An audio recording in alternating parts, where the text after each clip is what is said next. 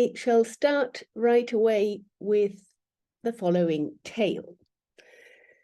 There is a story, my dear Philo, that the people of Abdera, when Lysimachus was king, were afflicted by a disease which took the following course. First, they all suffered from a fever which was violent and persistent from the beginning.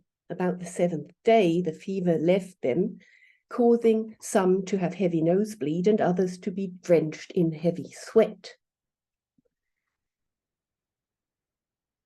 But it infected their minds with a ridiculous illness. They all got madly excited about tragedy and created an uproar by declaiming iambics. They most of all sang solo songs from Euripides' Andromeda, performing Perseus' speech as a song, and the city was full of these 7th-day tragedians, all pale and thin, shouting out, "Pseudotheon tyranne anthropon eros," and you, Eros, tyrant of the gods and men. And all the rest in a piercing voice over and over again until winter and a sharp frost put an end to their ravings. I think the actor Achilles was the cause of this behavior. He was popular at that time, and in the blazing heat of midsummer, he had acted the Andromeda for them. So that most of them came away from the theatre in a fever, and when they recovered from it, they relapsed into tragedy. The Andromeda kept haunting their memory, and Perseus with Medusa still flew around in their minds. Now this is the catchy account of a super-spreader event at the beginning of Lucian of Samosate's treatise on how to write history. In the paragraph that follows, the story of the contagious spread of Euripidean song is revealed to have wider application. Ultimately, Lucian diagnoses the educated among his contemporaries with that affliction or the illness of the Abderites, to abderitikon ekeino pathos. The problem is that they all respond to current war events by writing their own historiographical treatises. They all strive to be Thucydides, Herodotus, and Xenophones. It is ironic that Lucian himself, in his account of the Abderite illness, unmistakably alludes to the account of the Athenian plague and its symptomology in Book 2 of Thucydides' History of the Peloponnesian War. While accusing his contemporaries of trying to sound like Thucydides, Lucian himself is doing just that. He is speaking in the master's voice. My particular interest today, however, is what the anecdote tells us about ancient ideas of how music and texts are memorized. I shall focus on one Abderite symptom in particular, that of the spontaneous, involuntary, and uncontrollable repetition of a brief sequence of words set to music, a fragment of a song on a loop. My diagnosis for the Abderites is that they are in fact suffering from Euripidean earworms. Now, by this, I do not mean to adduce what is merely a modern façon de parler. As we shall see, earworms have, in the past 2 decades, been afforded detailed attention in various scientific fields, which have sought to describe and explain the cognitive phenomenon behind the metaphor. My hope is ultimately to open up a burgeoning contemporary field of research in order to explore fundamental questions about musical and poetic memory, about the power of song and words in antiquity from a new angle. Taking into consideration our increasingly precise understanding of the cognitive processes at play in the recall of music and rhythmical spoken utterances, I contend, can help us nuance the logocentric, often bookish understanding of ancient literature, and gauge the importance of its experiential, sensual qualities. I shall begin with a very brief account of the term and the phenomenology of the earworm, a calque from German Ohrwurm, which had, in metaphorical usage, first been used for flatterers whispering into our ears, before it was, in another metaphorical move, applied to the musical tune stuck in one's head, a meaning that has now superseded all others. The phenomenon itself is as well known as it is widespread, and all languages have a rich vocabulary to describe it. If we just stick to English, You'll be familiar with the language of jingles, catchy or sticky music, or music that rings in your ears. Scientific literature increasingly uses the acronym INMI, Involuntary Musical Imagery. Also in use are intrusive song, cognitive itch, or stuck song syndrome. Sustained scientific interest in the phenomenon is recent, and it has only come into the focus of disciplines such as cognitive psychology, neuroscience, musicopsychology in the past 2 decades. It has now become very clear that the phenomenon involves fundamental cognitive processes of learning, memory, and recollection. The involuntary nature of the earworm experience suggests that earworms are encoded in the brain in a manner that sets them apart from other forms of mental imagery. And obviously that the earworm experience differs from any form of conscious memory recall. Earworms are grounded in more basic operations of the brain and thus more easily recalled, a fact that can be exploited inter alia in the rehabilitation of patients after brain trauma. According to various recent surveys and studies, some 90% of people globally, so pretty much all of you listening today, experience earworms at least once a week. The basic experience is universally described in very similar ways as a form of spontaneous recall of a short sequence of music in one's mind, which subsequently repeats over and over again. The intensity and duration of the experience, however, vary greatly. While it typically only lasts for a couple of minutes, some suffer for many hours, for the duration of a restless night, for entire days, or past the point where it becomes pathological and permanent involuntary musical imagery is at stake. Frequently, earworm sufferers hum or sing along with the tune they recall, tap its rhythm with their knuckles or feet, or find themselves adopting the rhythm in the task at hand. Fundamentally, people recall music already encoded in their brain, that is, tunes and fragments of songs that they have heard before. The recall is involuntary, and while the music assumes some form of reality, sufferers are fully aware of the fact that the music is only in their head. Hence the phrase auditory mental imagery. Experiencing an earworm is an act of cognition and not one of perception. Earworms are, whether rightly or not, considered a harmless everyday occurrence. Several recent studies, however, observe that they are related to other and much more serious forms of cognitive dysfunction. Earworms, as I've learned from the German musicologist Jan Hemming, are on a continuum with musical hallucinosis, a condition where musical hallucination occurs on account of an organic impairment, and musical hallucinations, where a patient is convinced to be hearing real external music on account of a mental disorder.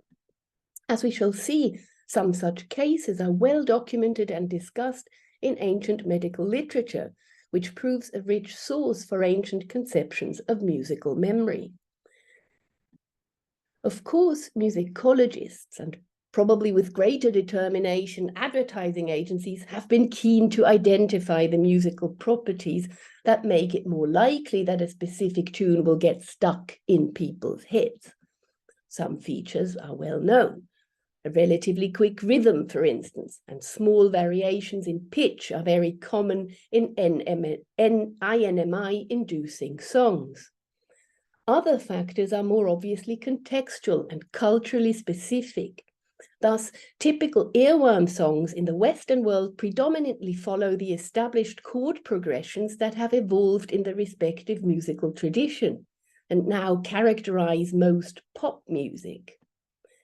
It is hardly surprising that the phenomenon, which is predicated on previous and frequent exposure to a song, favors a shared canon of pop music. People listen to what they like, and they like what they already know. Those with more sophisticated tastes and a penchant for non-conformist aesthetics are few among us.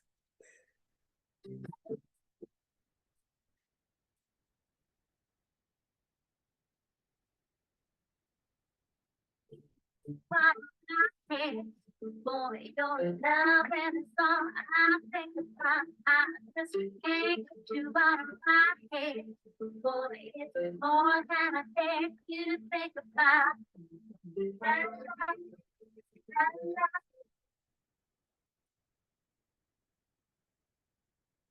Now, what matters for the purposes of the present study, and what makes Kylie Minogue such a good example, is the observation that repetition and repetitiveness play a central role.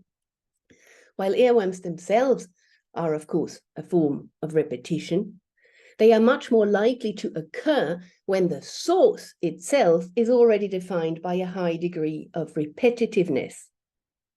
While regularity and repetitiveness, if you permit me to argue with gross oversimplification, are fundamental properties of many types of music, musical forms that accentuate repetition internally are more likely to incite further repetition in the form of earworms. As Elizabeth Margulis in her 2014 book On Repeat has shown, this is closely related to the way in which music is perceived and encoded in the brain. This is forward-looking and anticipatory in that musical recall anticipates what is to follow from what has come before. Accordingly, the recall of musical imagery is precise and reproduces small details exactly.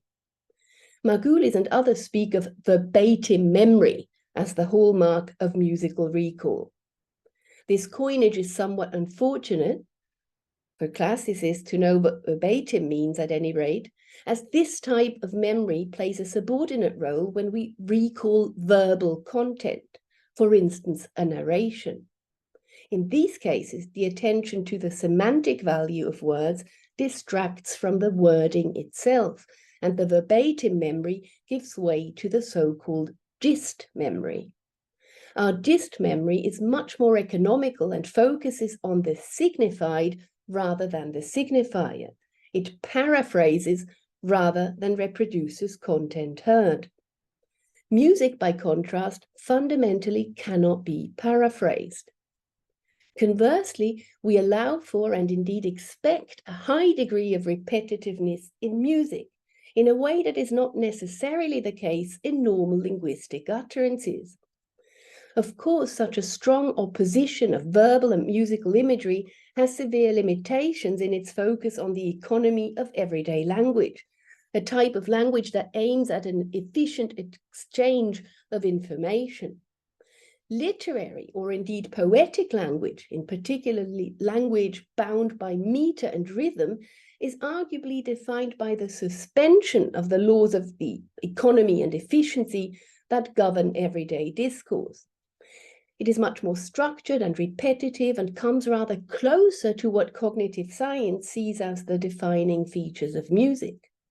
It is precisely for this reason, however, that the results of current cognitive science on musical recall and phenomena such as INMI bear on the study of poetry and poetic language, especially when it is performed and set to music. The important role that repetitiveness plays in the recall of musical imagery raises the question of the impact of modern technology with some urgency. Obviously, the availability of recording and playback devices, ever increasing from Edison's introduction of the phonograph in 1877 via the establishment of commercial radio stations to Spotify and TikTok, has a significant impact on the ways in which we listen to and recall music. On the one hand, we are increasingly likely to be exposed to and thus later haunted by a piece of music that can now be reproduced in all details, such as the timbre of the singer's voice, around the clock and everywhere. On the other hand, technology has afforded musicians and producers new ways of enhancing music's inherent repetitiveness by incorporating loops, samples, and other effects involving exact repetition. Elizabeth Margulis, among others, has therefore suggested that the current era might be the age of the earworm.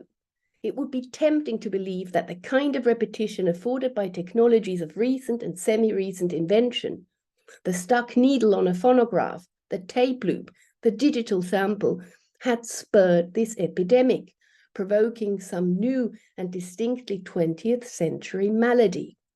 I note in passing the metaphors of contagion, the epidemic and malady Margulis adduces.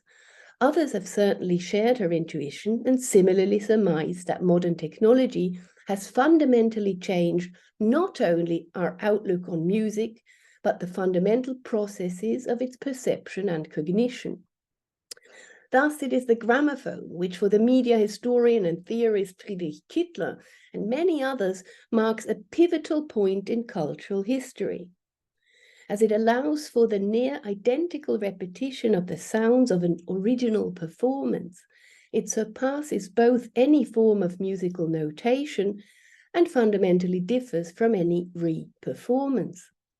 It bestows durability on what would otherwise irretrievably vanish, including the very voice of those now dead.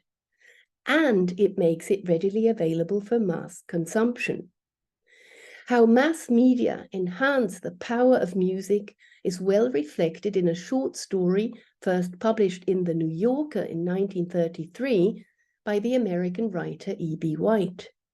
This story, entitled The Supremacy of Uruguay, reflects precisely on the technological facilitation of earworms and its potentially dire consequences. I include it here on the one hand as a literary reflection that sheds further light on the nexus of mass media, earworms, and human cognition, and on the other because it reads like a technologically and politically updated rerun of Lucian's Abderite anecdote from which we started.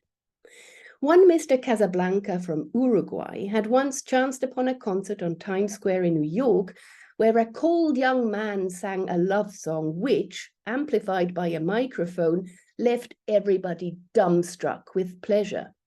And in thrall of the words of the song, "Thanks for all the lovely delight I found in your embrace, and thanks for the unforgettable nights I can never replace," which they all involuntarily repeat.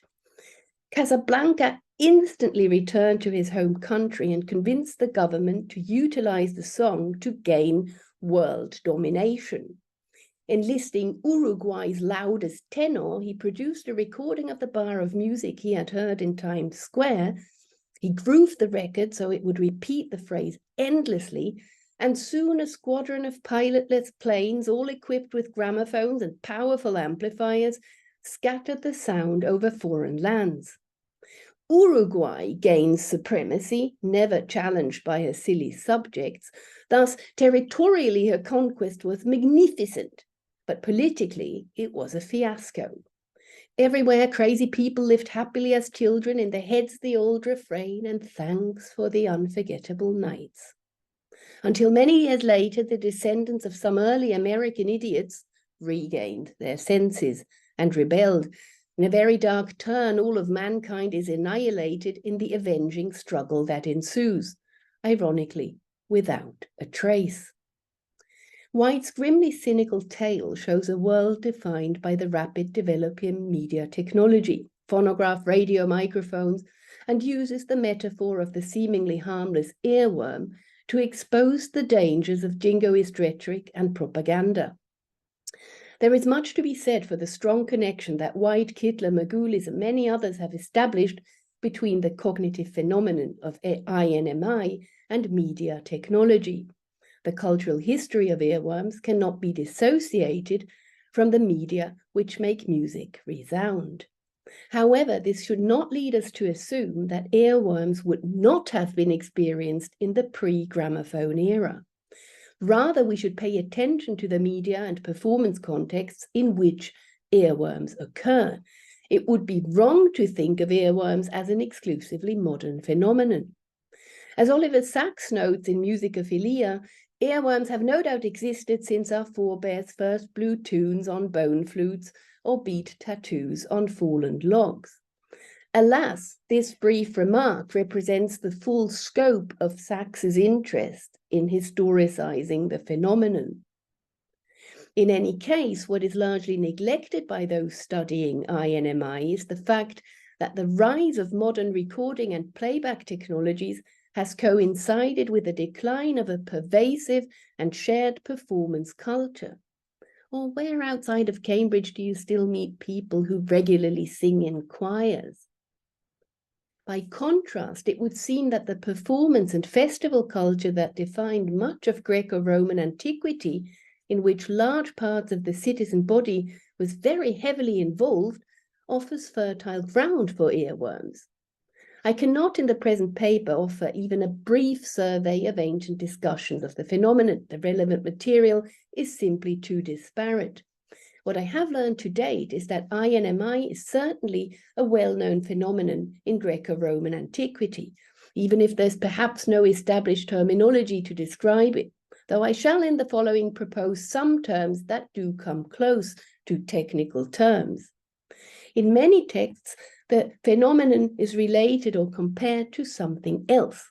For instance, in texts of moral philosophy, in which the involuntary recall of music is condemned as a symptom of attention deficit. Ancient medical literature, however, comes close to discussing the phenomenon in its own right. While the interest is, of course, in pathological conditions, the precise symptomology which medical texts offer sheds interesting light on more general ideas of how music affects the listener. And crucially, they are revealing of some of the culturally specific factors at play, as they offer detail on the kind of music that patients claim to be hearing. A famous case is described in Galen's On the Differences of Symptoms, where it exemplifies a peculiar subtype of paraphrosune, a delirium. This is the case of the doctor Theophilus, who, when he was ill, was heavily affected in his imagination, although he otherwise remained in full possession of his rational and mnemonic faculties. Theophilus thought that some aulos players had occupied the corner of the room in which he was lying, and that they were piping aulain continuously as well as crashing about. And he thought that he saw them, some standing on the spot, others sitting, unceasingly piping auluntas, so that they neither let up during the night nor were ever silent throughout the whole day. He cried out continuously, ordering them to be cast out of the house. This text is the best known out of a group of very similar case studies, which are particularly interesting to me for two reasons. For one, afflictions such as that of Theophilus are discussed in a quite sophisticated way as malfunctions of human cognition. On the other hand, it is always the music of the aulos that patients hallucinate. This, I believe, is no coincidence. As Peter Wilson has shown in his influential study on the discourse of the aulos, specifically in Athens, the aulos was to be found in almost every corner of the city's activities. In its numerous festivals, at the central act of religion, sacrifice, on board every trireme, in the symposium, at weddings and funerals. The penetrating sound of the aulos was at the heart of most of the most important collective activities of Athenian life. The aulos is as much maligned as it is admired. Many texts discuss the virtuosity and variedness with which the aulos can be played and celebrate the emotive power of its music. At the same time, it is precisely its allure that makes the aulos extremely dangerous. It has the potential to overpower and corrupt the male citizen, who has to be on guard against the insidious effects of its sounds. The association of the aulos with INMI, I contend, draws on this discourse in obvious ways.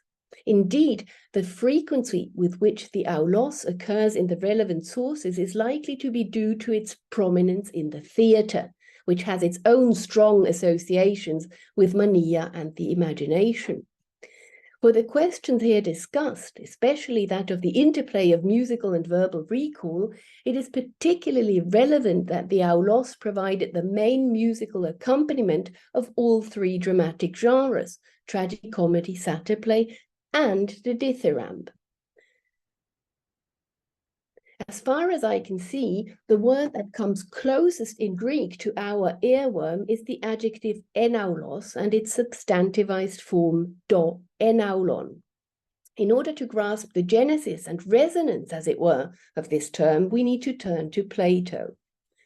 It is he who offers one of the most acute and sustained reflections of the effects and after effects of the music of the aulos, as it eerily returns in the form of earworms. Plato does not describe the phenomenon itself in any detail. He works it into a rich metaphor, or indeed a figure of thought that resonates throughout Greek literature. The central passage is Socrates' long speech at the end of the Graeco, a dialogue set in the prison cell where Socrates is awaiting his execution. Socrates offers Graeco, who urges him to escape, the very long speech of the nomoi, the laws, that forbid him to flee from execution. And he claims that this is the very speech that has been ringing in his ears. This, my dear friend Graeco, be assured, is what I seem to hear, just as the Corybantes think they hear the pipes, auloi. This sound, haudehe eche, of these words resonates Bombay within me and makes me unable to hear any others. In his striking self-comparison with the Corybantes, Socrates describes his experience as musical imagery. In fact, I wonder whether the nomoi, the laws, under the thrall of this comparison with the aulos music captivating the Corybantes, get resemanticized as nomoi melodies. John Burnet suggested long ago that this passage of the Graeco is in fact the origin of the metaphorical use of the adjective enaulos, of what rings in the ears. A striking example of this usage occurs in Plato's dialogue Menexenus. Here the adjective enaulos is used metaphorically of the elevating effects of masterful rhetoric. Whenever a speaker eloquently praises Athens, Socrates claims, he is infused with a majestic feeling that remains within him for several days. So persistently, enaulos, does the speech and voice of the orator ring in my ears, and duetae staota, that it is scarcely on the fourth or fifth day that I recover myself and remember that I'm really here on earth, whereas till then I almost imagine myself to be living in the island of the blessed. So expert are our orators. The heavy irony that colors the passage belies how innovative Socrates' language is at this point. We see the adjective enaulos on the way to becoming something like the mot juste for earworm in Greek. Indeed, the idea that the voice or sound, phthongos, of the speaker insinuates itself in the ears almost reads like a gloss on enaulos. Socrates likens the thrall of rhetoric to the lasting effects of INMI. Let me just note here that there are elsewhere in Plato similar reflections on Socrates' own rhetoric and its even more intrusive effects. It is against this rich background of the Greek discourse on earworms that I now propose to reread Lucian's Abderite tale from which we started. Lucian's tale does not just engage with an everyday experience, but it resonates with, and in turn contributes to, the debates of auditory perception and recall that have accrued around that experience. Let us recapitulate the goings-on at Abdera. After the performance of Andromeda and the week-long fever, a ridiculous illness infected their minds. And they all got madly excited about tragedy and created an uproar by declaiming iambics. When we are told that they mostly sang solos from Euripides' Andromeda, the humorously impossible plural emonodon already encapsulates the problem of multiplication that is at issue in Lucian's tale. The re-performance of a classical drama engenders many more re-performances in the involuntary singing of the Abderites. The town resounds with fragments set to music.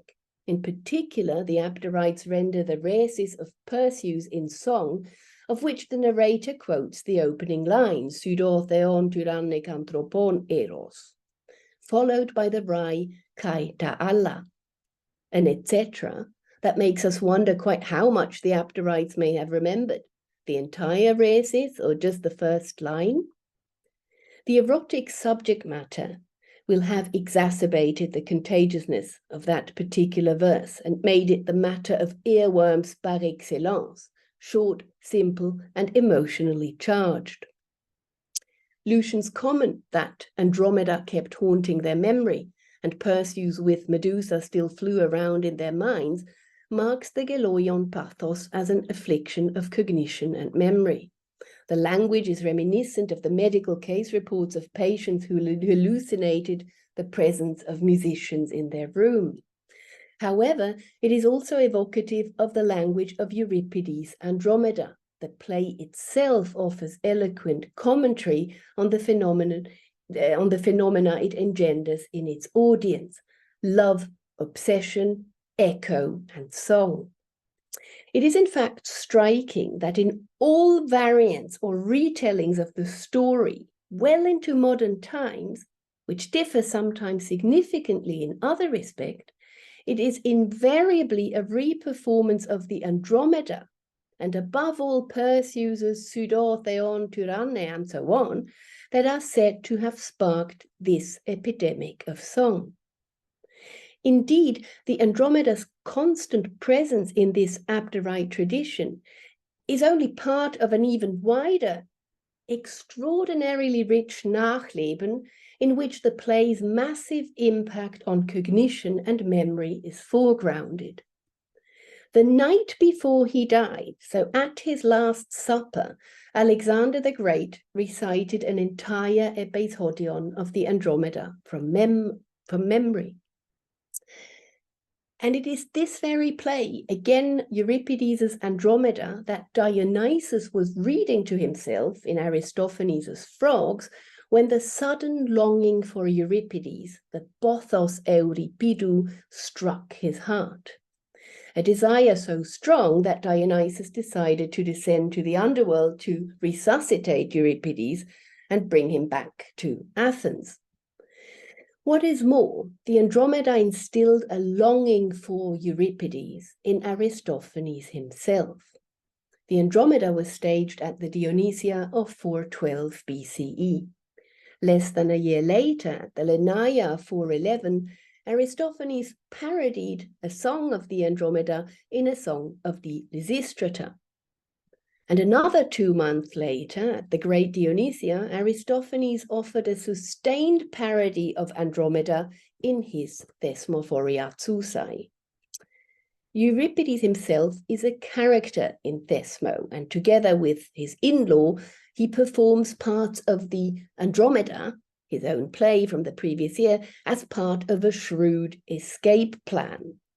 It is from the Andromeda's parodic re-performance in Thesmo and ancient scholarly comments on the scene that we can gain insight into the plot and dramaturgy of Euripides' lost tragedy. Aristophanes' comic reiteration obviously amplifies some aspects of the tragedy and drowns out others, but the available evidence nevertheless allows us to gauge what it was that made Euripides' Andromeda so contagious. A key factor will have been the play's opening, which puts the relation of words and music front and center. Euripides' Andromeda opened with the monody of the eponymous princess in distress, and perhaps also in a state of undress, who sang of her sorrows in a song of lament. The play thus not only opened with the spectacular tableau of Andromeda chained to a rock, but with the, for Euripidean tragedy at least, equally striking and innovative decision to offer a song in the place of the usual spoken prologue. What is more, Andromeda was soon joined by the nymph Echo, in all likelihood represented by a voice from backstage, who would sing along with, or rather back at, Andromeda, looping her lament, a fact that must have resulted in another curiously pluralized monody. It is, as some of you will know, precisely this feature of the Andromeda which Aristophanes parodies in Thesmo. In the comedy, Echo, now played by an actor as a character, takes center stage, as if to embody the spirit of Aristophanes' engagement with Euripides, all the while claiming her pivotal role in Euripides' tragedy. I am Echo, a comedienne who sings back what she hears, who just last year in this very place, so in the theatre of Dionysus, personally assisted Euripides in the contest, so that is, at the tragic agon of the previous year's Dionysia. Only after she has thus boasted her credentials as co-contestant in the agon, she remembers that she, being Echo, should merely repeat what others say before her. She thus tells Andromeda to get on with the wailing already. Later also, start uttering your lyrics now, so that she, Echo, would have something to repeat. Now, Euripides is associated with the so-called new music, and a lot of speculation has gone into what it actually is about the Andromeda's monody here that Aristophanes is parodying. To me, it seems very attractive to think that what Aristophanes is making fun of and exploiting here is the rather momentous invention of playback singing. The voice from the off in Euripides' Andromeda will not have repeated the entire song, but small bits of it, emphasizing what was particularly important and memorable, or rather effecting that it would become important and memorable. Echo, in my reconstruction, is a figure that displays instant onset of INMI, providing both a template for the audience's response and performing an intrusive form of musical repetition, a repetition that might, in fact, exacerbate the onset of earworms in the audience. However, it is not just the play's musical and auditory makeup encapsulated in the very figure and indeed the figuration of Echo that has ensured the Andromeda's extraordinary effect on its audiences. The play's subject matter of love and obsession will have played a decisive role. For all we know, this is the very first time that audiences were shown on stage two characters falling in love. Fittingly, it is in the Andromeda that we first encounter the metaphorical expression of falling in love in Greek, a phrase, incidentally, that is modeled on the older expression for falling ill. More importantly, Euripides' Andromeda also gives us the metaphorical expression of inhabiting the mind. Me tonemonoike nun, someone says. Don't inhabit my mind.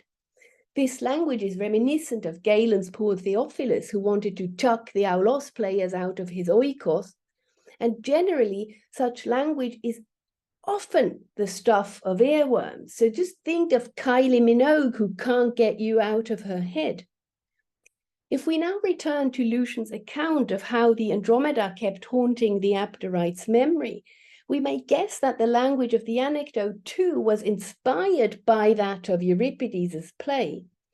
While Lucian's Abderite tale is thus firmly embedded in the reception history of Euripides' Andromeda, and crucially draws on ideas and motives present as they are shaped by the play, it is of course not just interested in the Andromeda. Like other texts we have seen, Lucian's tale does not depict or discuss or analyze the phenomenon of the earworm as such, but the anecdotes appropriates the earworm as a metaphor or a figure of thought, and it shows that earworms are good to think with. Thank you. Thank you very much, Rebecca. You took us from Kylie to Euripides to Lucian and round again. And thank you for looping that particular chorus in my head for the last 20 minutes. That's very kind of you.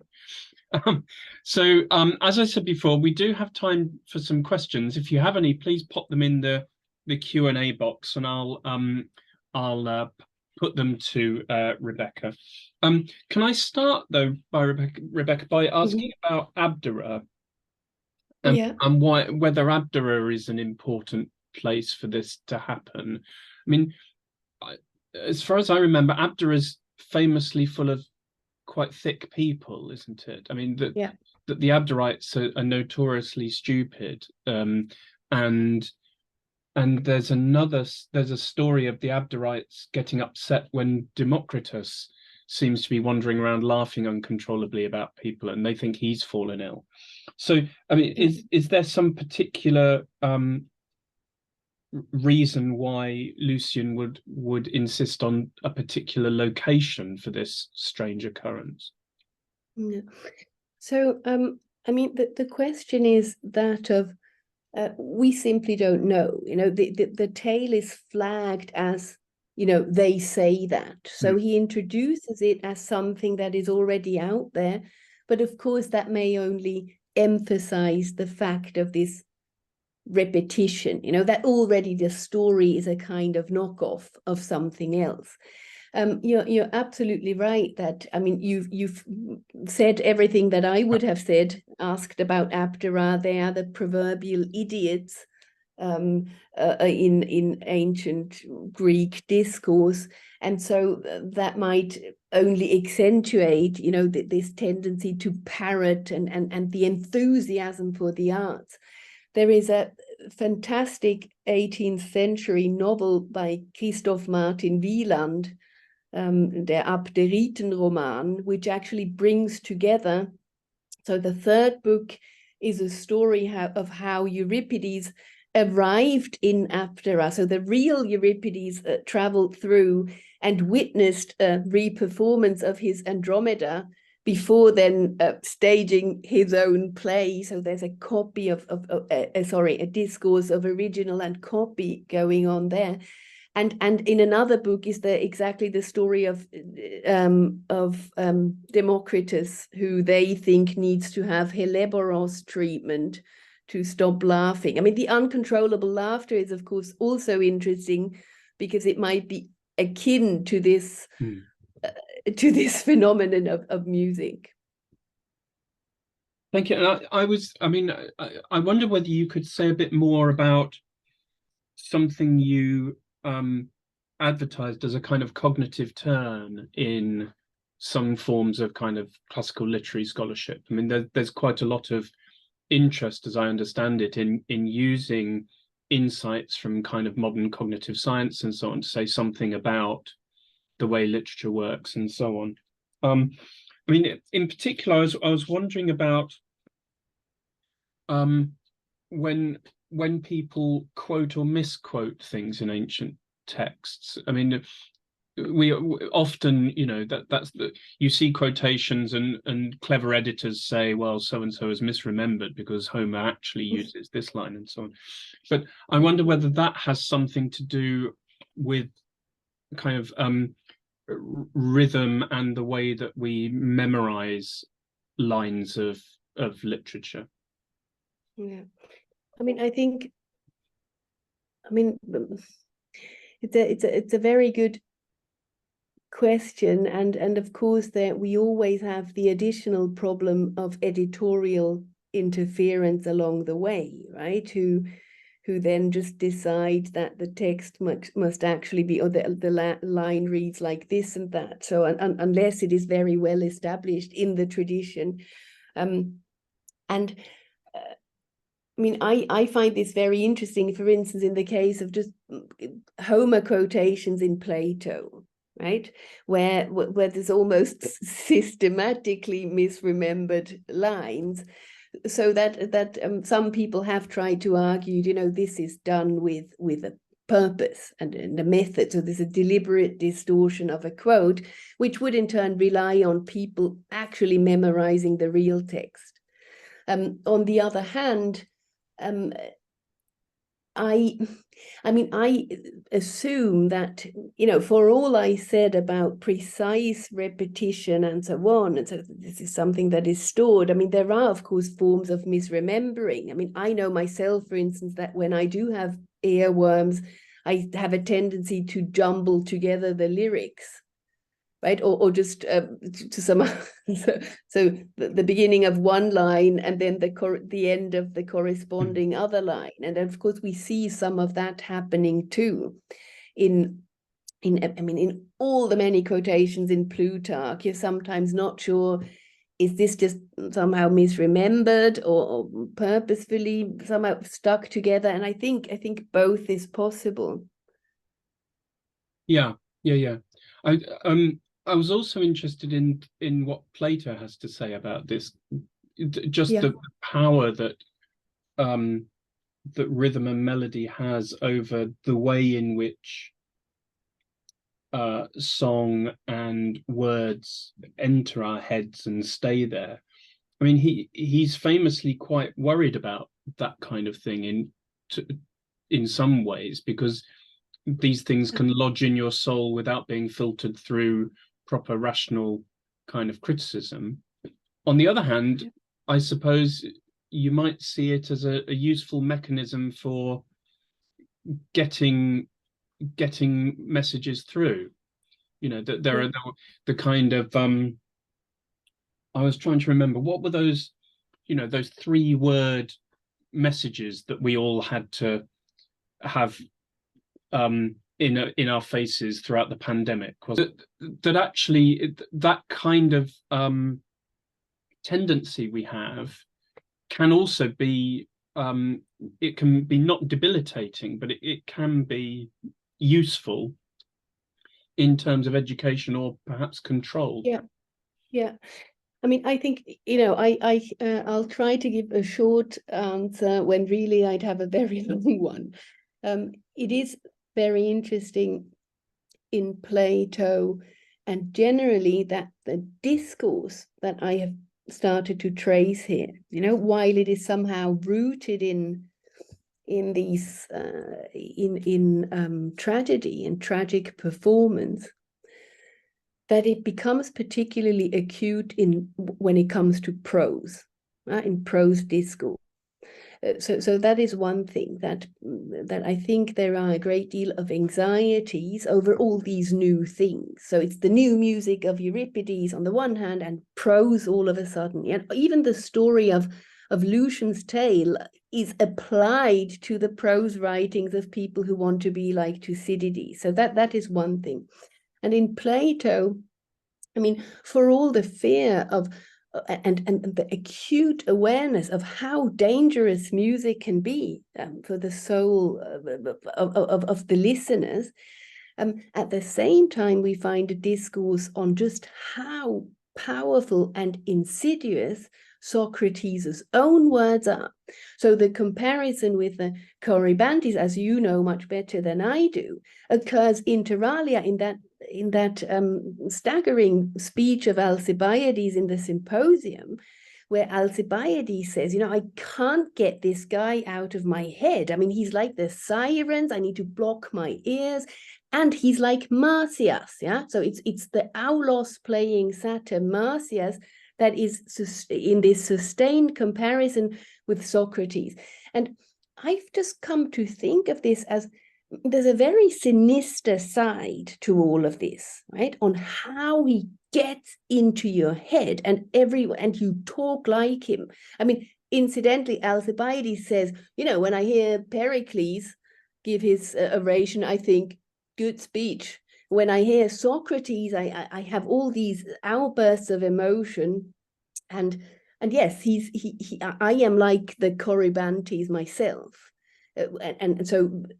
And Socrates' words become like this flute music that goes in.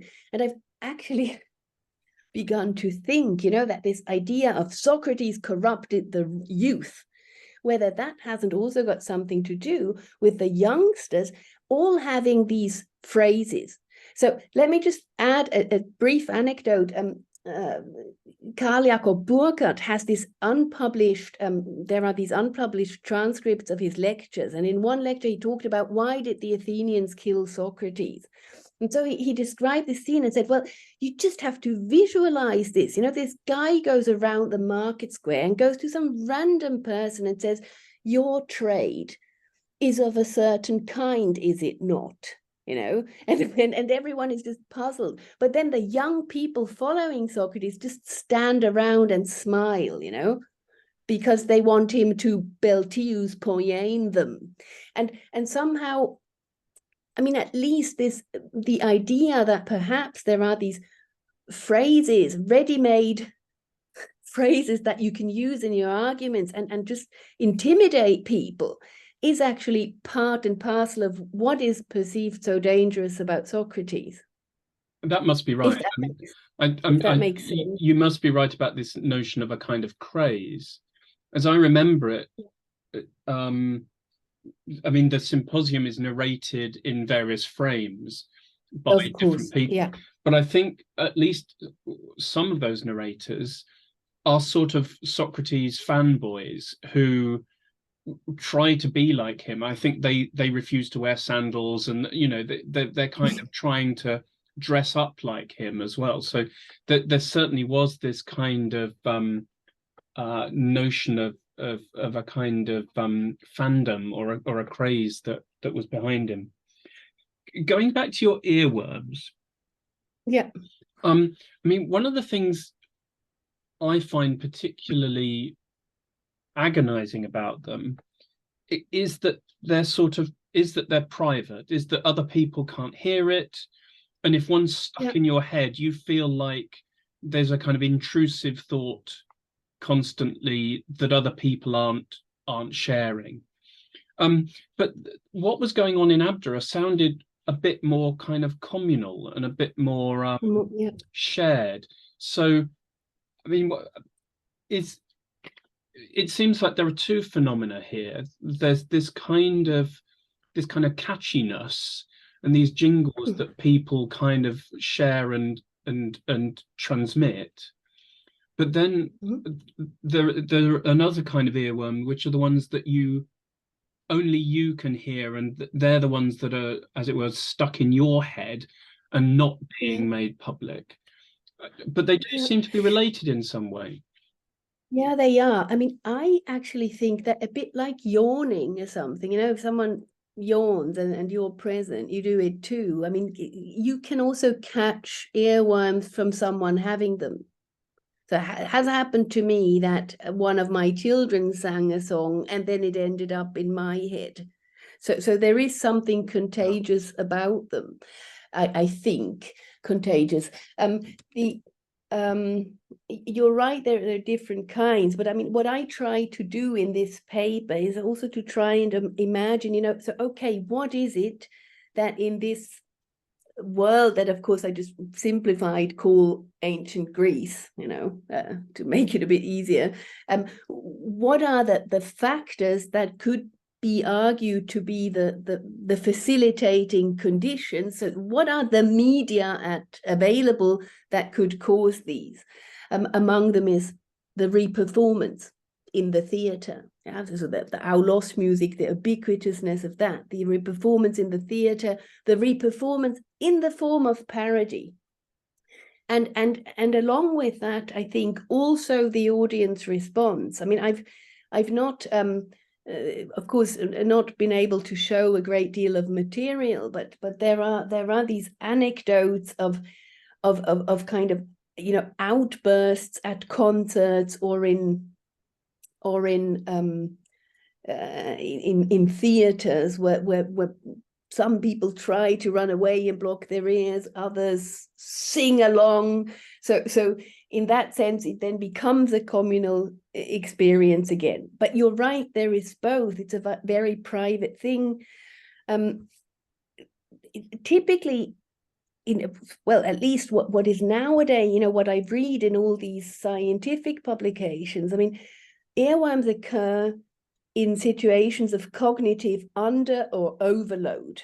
So you either have them when you're jogging or ironing or standing in the queue somewhere, you know, when you're not sufficiently challenged, or in situations of extreme stress and emotional overwhelmedness. So there's this famous, isn't there this book by Joe Simpson? Is it something like Touching the Void? And a mountaineer who fell into a crevice think it's from the 80s, and there was a film in the 2000s, I think also. And at any rate, this guy was stuck in a crevice and had to somehow try and climb and crawl back to his base camp, and described the whole time he had a song he doesn't even like, Brown Girl in the Ring, playing in his head nonstop. And that has been used by someone whose work I've been reading as an example for cognitive overload. But I think that the kind of extreme emotionality of, for instance, being in a stadium with many, many others, or in a theater, again, you know, this kind of excitement can facilitate the onset as well.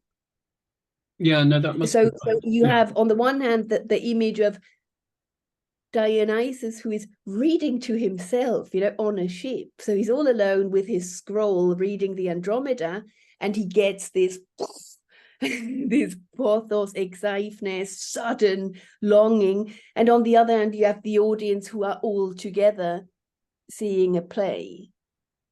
No, that's right. I mean, what sort of what I think you pointed to is the way in which the kinds of literature and obviously sung material that we often study will have kind of leaked out of its original or primary performance context in various different ways through people carrying it with them, and that's a way in which, you know, Euripides caught on, I mean, to kind of carry on the metaphor, and that maybe people were whistling as they walked around the agora, you know, whatever little bit of song that they've picked up recently. You know what's very interesting? I mean, not very surprising.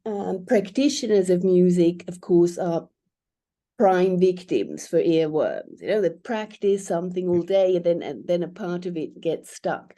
But I heard something interesting about, I'm not entirely sure who it was, but I think the operas of Puccini.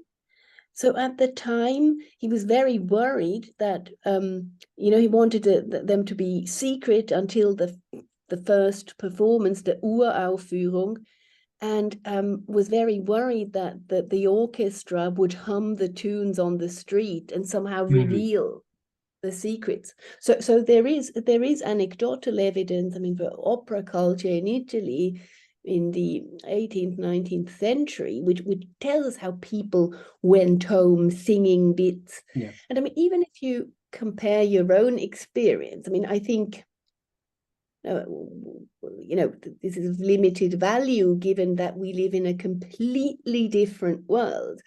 But I can also get instant onset earworms or from phrases in a movie, something that just goes directly in and sticks for whatever reason, and same goes to music. Well, we could continue for some time. Just remains me to thank Rebecca on your behalf, and I hope you will be able to join us for our final webinar of the term on the 21st of November, when Stephen Oakley will be telling us about the transmission of Latin texts. So if you wondered how it got from Virgil's stylus to the OCT, he'll have something to tell us about part of that journey.